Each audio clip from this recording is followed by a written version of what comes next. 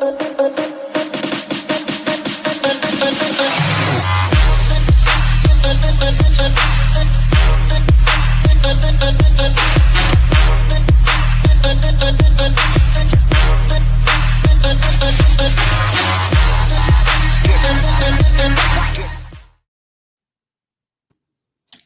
everybody. I'm Selena Rezvani, and you're joining Women and Work Culture. This is a live stream all about those positive practices for boosting women's leadership.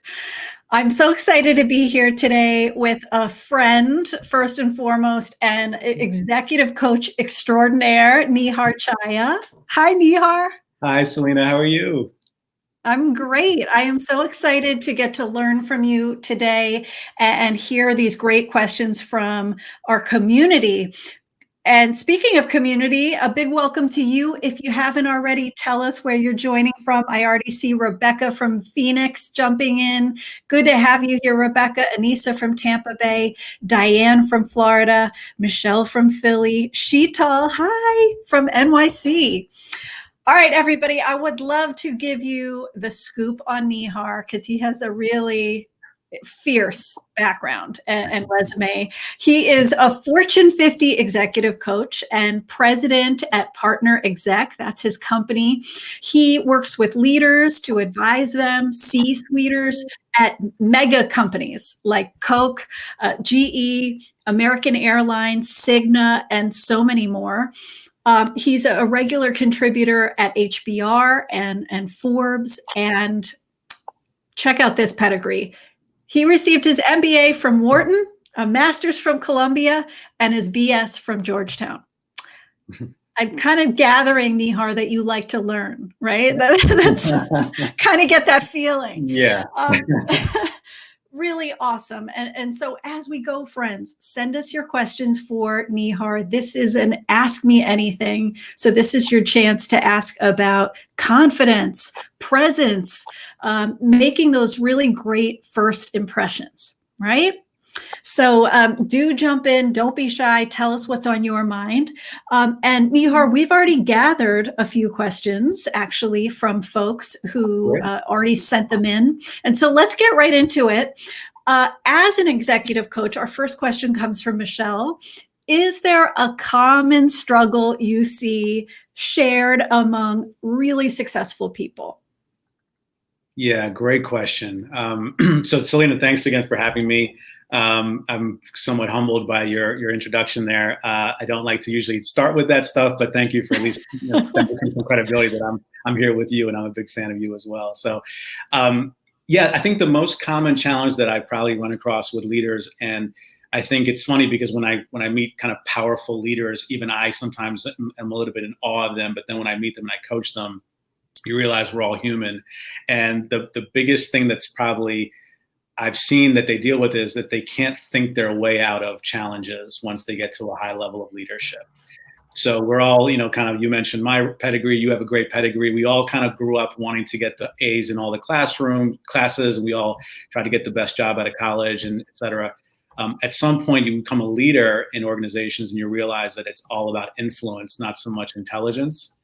And that really kind of rocks people's world a lot, because you really don't, it's hard to quantify, first of all, how well you're doing as a leader, because if so much of it is indirect. At some point, if you're actually doing all the work yourself, you're not really leading anyway. And I think for a lot of executives that I work with, that creates a sense of vulnerability. Like they have to all of a sudden become beginners again. And that's hard to do when you have 25 years of experience and you've always had people saying, hey, I want to promote you and I want you to bring you to higher level leadership. But then all of a sudden you're in front of a team of people who know way more about a certain subject matter than you do. How do you actually build the credibility that people are going to follow you, but at the same time, show a sense of humility because you want to keep learning? So that's probably the biggest challenge that I find with leaders that I work with. I love that. I don't think those of us who are non-coaches would have guessed that necessarily, but that's such a great nuance, right? You almost need a beginner's mindset with certain things where you're not the expert, you're not the functional specialist, right? And influence is hard to tease out. Absolutely. because what buys you some at this company may not buy you influence at your new employer. Exactly right. And people are so complex that, it's like, it's one thing if you're trying to figure out how to increase profitability and kind of play with the levers of the P&L as a business leader. It's a completely different endeavor if you're a leader who needs to basically achieve massive business results through different satellites of subsidiaries of companies of different cultures, and teams really that have their own motivators and own personality quirks and own blind spots, et cetera. So one of the things that we really think about in coaching is I come into a relationship with a client never really trying to prove that I know what they do better than they do, but I can help them think about how they do it.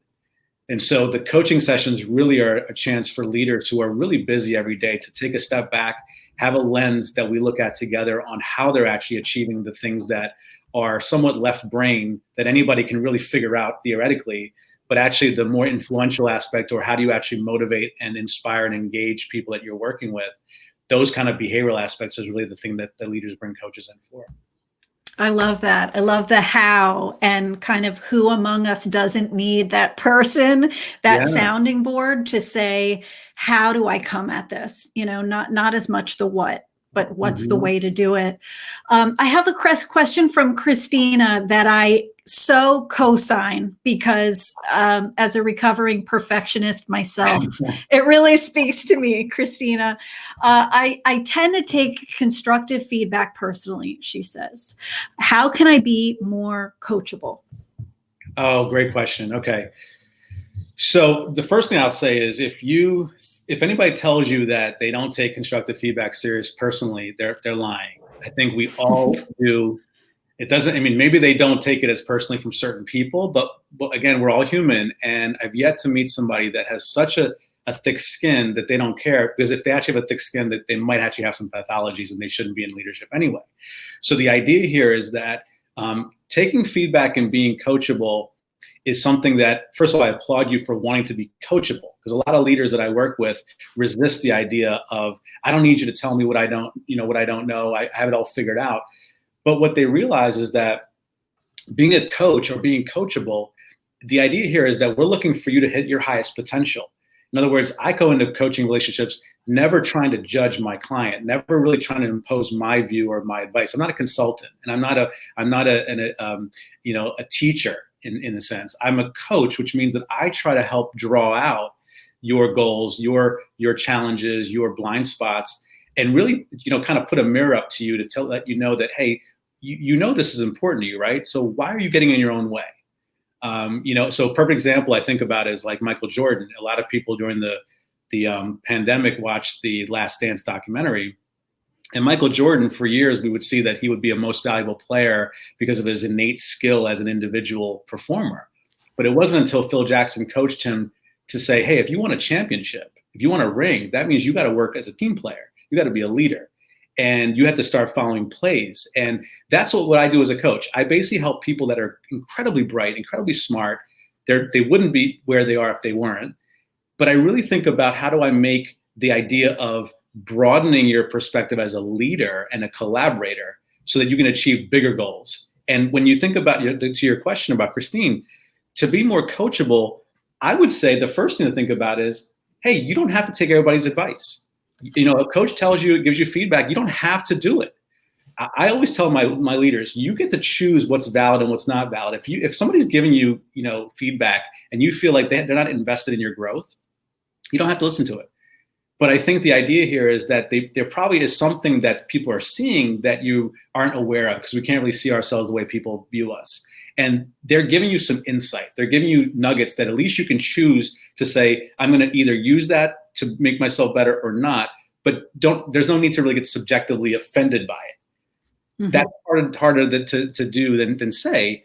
But I think the idea here is to think about that, to succeed, everybody can benefit from a coach. So why not hear it? And number two, you don't have to necessarily do anything if somebody tells you an opinion versus a really useful coaching tidbit.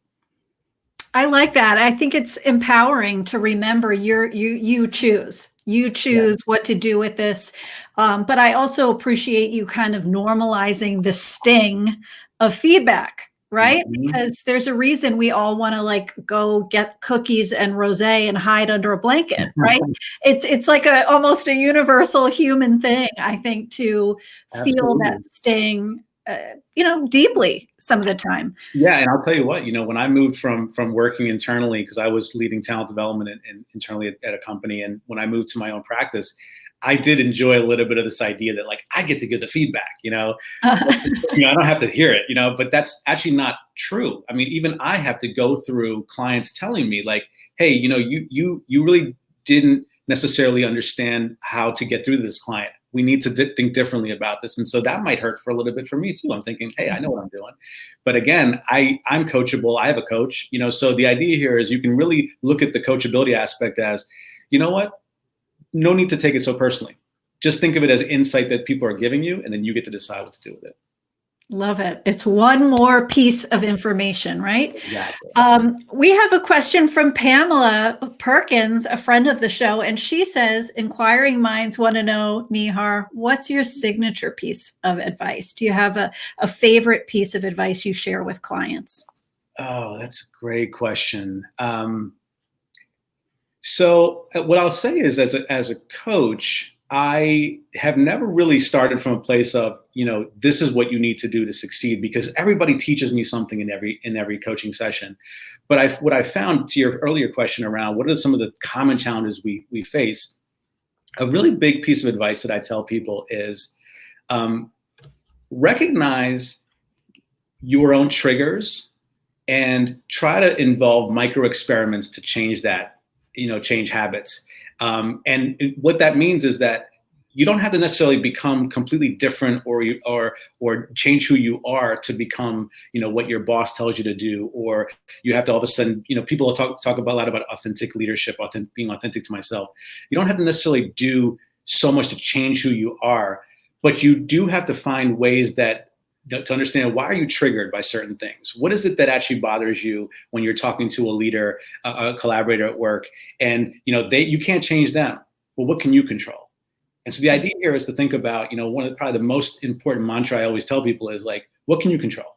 Are you gonna sit here and spend your life and your all the time you want to spend with your family, your career, et cetera, worrying and losing sleep over that person? It's just not worth it. They're probably not even thinking about you. The idea here is, how do you actually start thinking about your own triggers? This really bothers me, and then try something different to get over it. But most importantly, take action. And like I work with a lot of women executives, and one of the things that I talk to them about is there are men out there you're working with that are not thinking about these things. The women leaders that I work with are so much more attuned to the intricacies of interpersonal relationships and influencing, and they're actually much better at that. But they also fall into the trap of thinking about things that the men that they're competing against don't even really think about. And so I always say, hey, would this be something that's worth acting on as opposed to analyzing? That's something that I think I also share with leaders. Like, let's actually move from analysis to action. I love it. I love it. And you have a great question that comes from Vic as he was listening to your responses, which is, do you have some recommendations around picking the right coach? Is there any spidey sense we should all be using to say, that's a red flag, or, oh, Yeah. that's a great fit? Great question. So I actually did a webinar for the World Business Executive Coach Summit, WBEX, just a few months ago on this topic of how do you actually manage a chemistry call. And so for those of you that don't know what a chemistry call is, most of the time when you're hiring a coach, whether it's through your company or privately, you're going to be faced with a few coaches to try, and you'll have what they call a chemistry conversation, which is to really assess whether this is the right fit. Now, what's interesting about a chemistry conversation when you're picking a coach, and I think this is important to your question, is, like you might pick somebody that you get along with well and you enjoy having a good rapport with, but does that mean they're going to actually push you out of your comfort zone and develop you? It's questionable. Similarly, if you actually work with somebody that is constantly about like Tony Robbins, like rah, rah, rah, go this, change this, are they going to sit back and actually recognize that some of your strengths that you bring to the table already, that maybe you don't need to change? Mm-hmm. And so everybody's different in terms of what they prefer. But I always say, coaching is one of those those occupations that's very different. Like, we always say the idea that the customer is always right in most businesses. In coaching, if the customer is always right, you're not doing your job as a coach, because the customer is not really being pushed to the idea of broadening their perspective, of actually thinking in a more divergent way than the convergent way that they think about just fitting into a box. So going back to your question, if you're going to choose a coach, I think it is important to feel comfortable with them. You want to kind of suss out, do you feel a good vibe with them? But at the same time, be able to ask them, feel a certain comfort in asking them, like, how would you actually push me out of my comfort zone? How would you show me that we're going to get somewhere in terms of outcomes? And I think that's a mix. I always say it's chemistry, and also you want some credibility in terms of whether they're going to be able to get you to where you want to be. That's great advice for all of us to think about in these chemistry calls. I love it. It sounds like speed dating, but I know it's not, right? Yeah, it's a lot like that. But it's true, right? Your questions are great. Finding that balance between, will they support me? Do we have that click? But will they push me? Yeah. You need some edge, right? You need some of that cutting edge in the conversation too. You talked about pushing people outside of their boundaries, and that's exactly one of the questions we got. Can you tell me about a time where you really had to push a client out of their comfort zone? Oh, yeah. I mean, this happens pretty much with all my clients. Sometimes they know what they need to do to get out of their comfort zone. Sometimes I know what it is, and I need to encourage them to do it. Just recently, I'm working with a woman CEO at a really great company, and she just got promoted into this role. So, and from an internal position, and she's amazing. She's so emotionally intelligent, but she's almost too humble. And one of the things that we're working on is that, like, the board and some of her colleagues were saying, one of the things that she tends to do is she says sorry all the time. And it's just like, she does that from a place of wanting to be humble, wanting to create connection, which is awesome. But it almost diminishes a little bit of her stance as a leader. And so just even again, let me go back to the idea of coaching and real change. Sometimes it happens from the most minuscule changes in our behavior. That's something with her. What we just did was, I want you to just track how many times you say sorry in a week. I just want you to put that down. We don't even have to do anything about it. Sometimes it actually is helpful, because it does create a certain sense of, hey, this person is deferring to me before they just, become dominant. But the idea is tracking it, right? Once you measure something, you can change it. And that was hard for her, and it was interesting because, she was like, well, what am I going to say instead of that? I'm like, I don't know. Let's start thinking about some words we can say instead of that. You might say, hey, may I just get a clarify? Can I clarify about that? Can I ask you a clarification question? Or I understand your point. Here's my point, but don't say the sorry part about it. And once you start taking that out, once you start doing it, I think she recognized that actually it's not that hard to do if I am deliberate about it. But I need to start finding ways that are going to replace that, so that I don't feel like I'm being somebody different. I want to feel like I'm still getting the general outcome of that conversation. The other thing that I think, in terms of comfort zone, I had a leader, especially during the pandemic right now. I have a leader right now who is in charge of a big team that has an office space. And at this point, the bigger company is saying, hey, we're going to not work. We're not going to come into the bigger office until next year. And she's in charge of, the business. So she's like, hey, financially, it doesn't make sense for us to even keep this lease in this office. We need to actually probably just, from now on, we just stay remote. But she couldn't seem to make that decision because she was so worried about how certain people are going to feel about that. And is that the right thing to do? And even that, was an idea of, what's the most painful thing about this? Well, it's that I make a decision that's the wrong one. Well, what if you couldn't make a wrong one? What if actually the idea of not making a decision is the wrong thing? What if the inaction is the thing that's going to make people feel like, wow, is this leader didn't even know what she's doing? You know what I mean? And so the idea was, let's jump in and actually, you do the analysis, but let's actually make a decision, because after you make the decision, chances are you're not going to look back and think about it again. You're going to be on to the next thing. But the idea great, yeah, right? So how do we actually start kind of minimizing that pre-mortem analysis and actually do get to the point where you can start moving on to bigger and better decisions? That's so great. And isn't that kind of half the work of leadership, right? Is getting your hands dirty and trying it out. And to Mhm. use your earlier word, experimenting. We Yeah. don't call it that often at leadership levels. We call it like swift action and, strategic execution. Right. But come on, let's be honest. It's winging it. It's Yeah. it's informed guessing some of the time, right? Mhm. Or semi-informed guessing. And I love your points too about sorry, not sorry, Mhm. right? I bet there's people on the line who can relate to sometimes catching themselves saying, "Oh, sorry to ask again," Yeah. but right. We have another great question from Rebecca, who, as you were talking about the coach role, wanted to know what's the difference between mentor and coach? Let's say you're getting feedback or advice from each.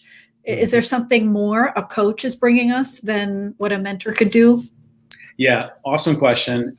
Before I forget, I'll encourage your audience to go to my LinkedIn profile where I wrote an article on this actually a few years ago, and because this is actually a really important differentiation. So the mentor relationship, we see a lot of that happen in companies where they'll say, we're going to give you a mentor who's a more senior level leader that can meet with you every now and then and really share with you the secrets to success. Or a lot of times you'll see people who are entrepreneurs, they'll say, I want to find a mentor who's, had an IPO and that's where I want to be. Mentors typically are people where you are interested in following their path to success. A coach isn't interested in sharing with you how they succeeded. A coach is interested in helping you succeed based on the path you want to do. And there's two different, and neither one's better or worse. The problem is that people confuse the two a lot of times. Yeah. They'll think a coach actually should tell them, hey, okay, what's the answer? And a coach that doesn't, a good coach, okay, isn't really supposed to give you the answer. They're supposed to teach you how to get to the answer. They're supposed to enable you to do the insight and reflection and be an accountability partner to actually achieve those goals, but not necessarily say, because I actually achieved this, this is how you do it. And I think a lot of people have realized that when they get a mentor, it's useful. And a lot of times people want a hotshot mentor, like, oh, I want Elon Musk to mentor me because, wow, I want to be like him. But Elon Musk isn't necessarily going to teach you how to be the best you. He's going to teach you how to do the best, business, but it worked for him. It might not work for you. But a coach is actually going to sit there and think about, okay, what are your strengths? What are your weaknesses? What are the personality profile that you're dealing with? What's the success criteria of the domain you're trying to succeed in the business or the leadership or the organization that you're in? And then how do we start filling those gaps based on practicing these experiments or getting feedback from people? A mentor typically is not going to invest that kind of energy because it's not really their job. Their job is to give you kind of information that worked for them. Yeah. It kind of sounds like the mentor advice is going to be a little more them centric, whereas the coach's advice is going to be more you centric, Exactly. really looking at what you want to accomplish. That's a great distinction. I have a question from Claire that I think is really compelling. And she asks, do you have any guidance if I'm new at my company and trying to bond with parallel leaders who are all men? Oh, awesome question. Okay.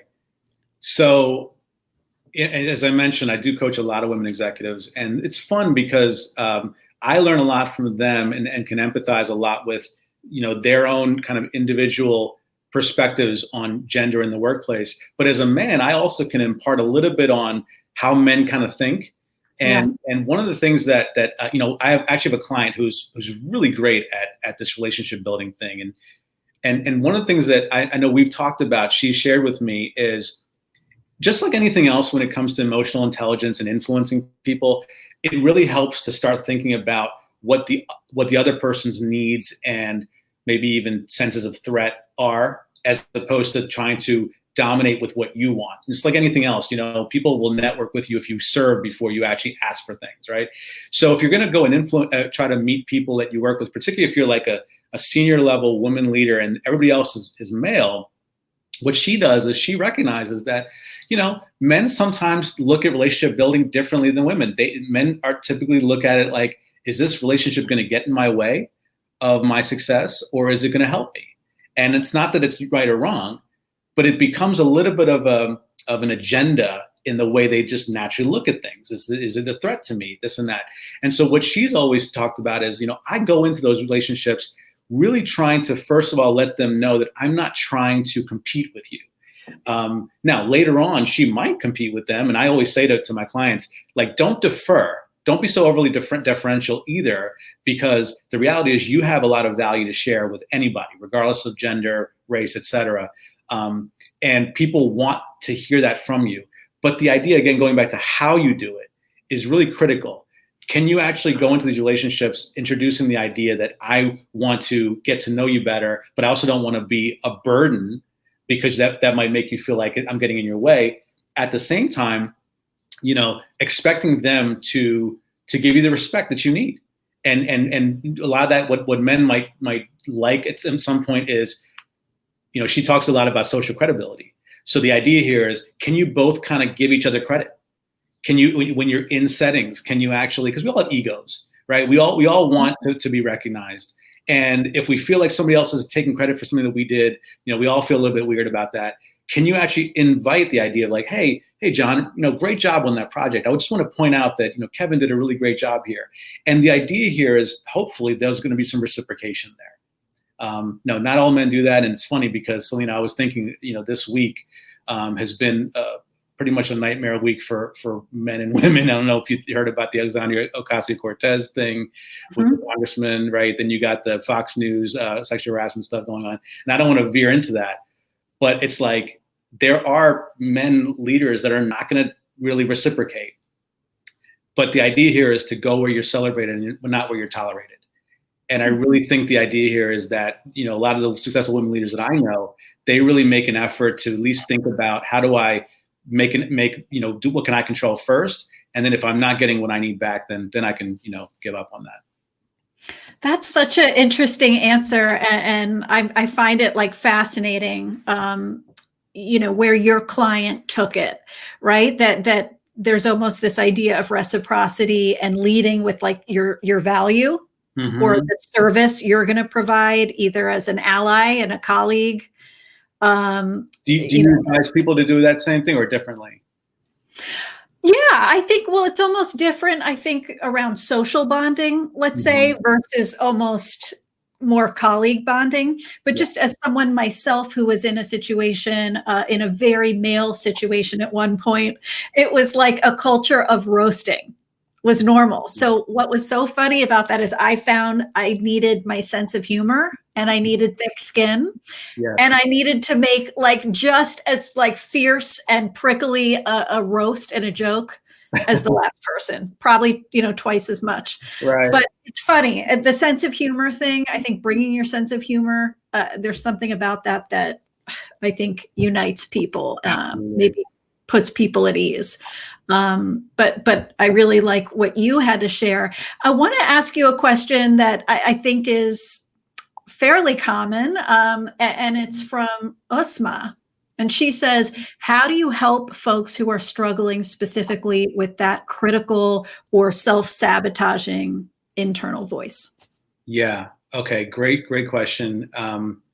So the first thing I always tell my leaders that deal with this is remove any shame about that. The thing with things like anxiety and inner critic and things like that, I think, is that we oftentimes add these corollary reactions to it that really keep us stifled. The idea of, I wrote an article for Harvard Business Review just a few weeks ago on the idea of envy. And it's another thing that a lot of people feel secretly, and it gets in their way. But the idea is to think about, don't feel shameful about feeling like you're, doubtful or like imposter syndrome. That's the first thing. The second thing is to remember that there is a lot of benefit to being somewhat doubtful. So the idea here, as I said earlier, when you're moving up to higher level leadership roles, if you come in with a sense of overconfidence, you might think you're doing a great job, but you'll have no followership. And so what if I were to tell you that actually, if you are trying to prove how much you know all the time and you're trying to be perfect, you're actually going to fail as a leader? Would you do anything differently? What if I was to tell you that actually to be a really successful executive, you need to do less and not do more? Now that's hard for us to to adopt, because of course we live in a culture where we need to keep proving that we're doing more and more and more. But if I was to tell you that the best leaders actually step back and they think about strategically, how do I leverage and scale the resources and people that I have in front of me, and not necessarily kind of do all the work, but coordinate it. That should, part and parcel, that should mean that you're actually going to free yourself up a little bit and think in a different lens, as opposed to doing the busy work. So I tell people who are doubtful about, am I going to be great at this job as a leader? Well, just, I always tell them, the reality is that you're not supposed to know how to do it as soon as you get there. You're supposed to be a beginner, like anything else. And when you start actually trying new things, you'll become more of an expert, at which point it'll be then time for you to be a beginner again. But the idea here is that, when you look at it from that perspective, it shouldn't be as painful. And the last thing I'll just say is, again, I tell people, try to err on the side of action. That doesn't mean you necessarily have to solve every problem in front of you, but it could be the action of saying, I'm going to put on my calendar to think about that on Friday. I'm going to worry about that for an hour on Thursday. But you're doing something with that actual thought, as opposed to just letting it linger there and worry about it. And so when you actually work on something and you actually think about acting on it, whether it's doing the problem or actually deferring it and putting it down in your calendar, that can take some of the anxiety away.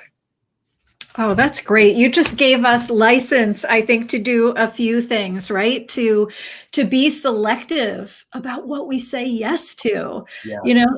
A mentor said to me at one point, don't confuse urgent and important. Mm-hmm. And it really changed how I saw things, like that pinball syndrome of you're just flying from place to place, handling urgent things, right? And doesn't mean it's important. So I love your reminder here that leaders are selective. Mm-hmm. Leaders use that magical little word called no, right? Which Absolutely. We all have to get comfortable with. We have time, Nihar, for one more question, and it comes from Cheryl. I think it's an exciting one. She works, I know, in Silicon Valley at fast-moving companies. And she wanted to ask, given the pandemic, how are you helping leaders accelerate through the turn? Okay, yeah, this is a big one. We're all going through it. And around the time when we all started working from home, I wrote an article for Forbes about this. It was the top 5 challenges for leaders during the pandemic. And it was actually based on all the stuff that my clients were telling me. And they were things like, how do I drive results while still showing empathy? Because, it's like we're still expected to get things done, but I want to also show the compassion for people on my team.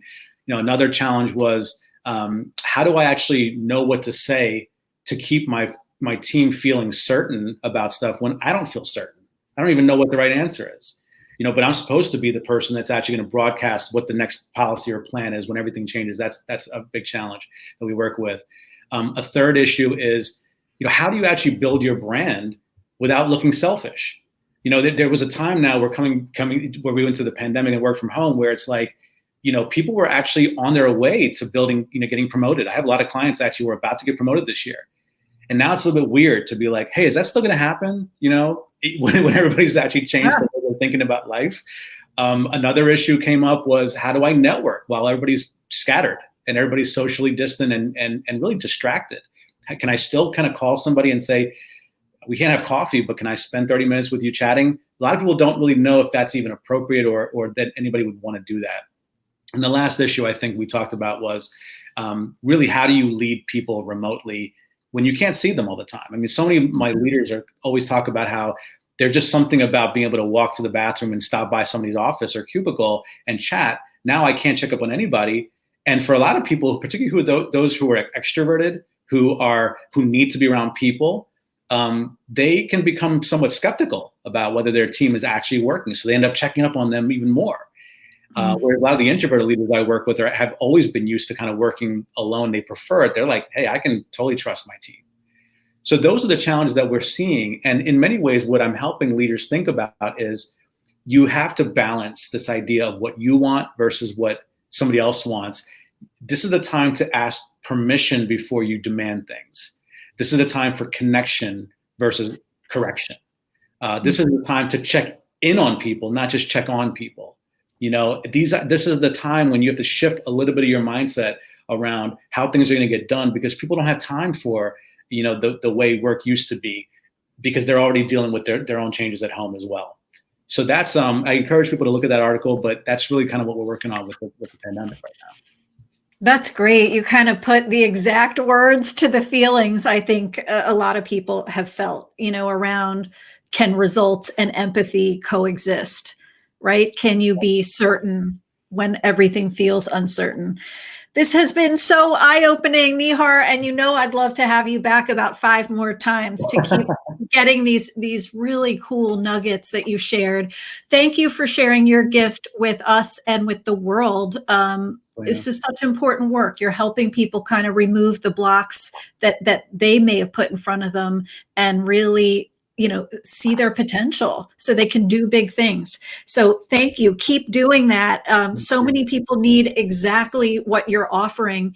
In the show notes, everybody, you're going to see links to Nihar's ebook, his articles we've been referencing in HBR and Forbes, and so many more ways you can reach out to him and connect. I hope you'll stay in touch with me too. Check out my LinkedIn learning courses to build your confidence, to really make your presence felt. And I hope you'll join my newsletter tribe as well. I want to thank you again, Nihar. Thank you, everybody, for joining us. What an awesome community with bubbling energy and really great questions. I hope you all stay healthy and well and lead on. Thanks so much. Thank you.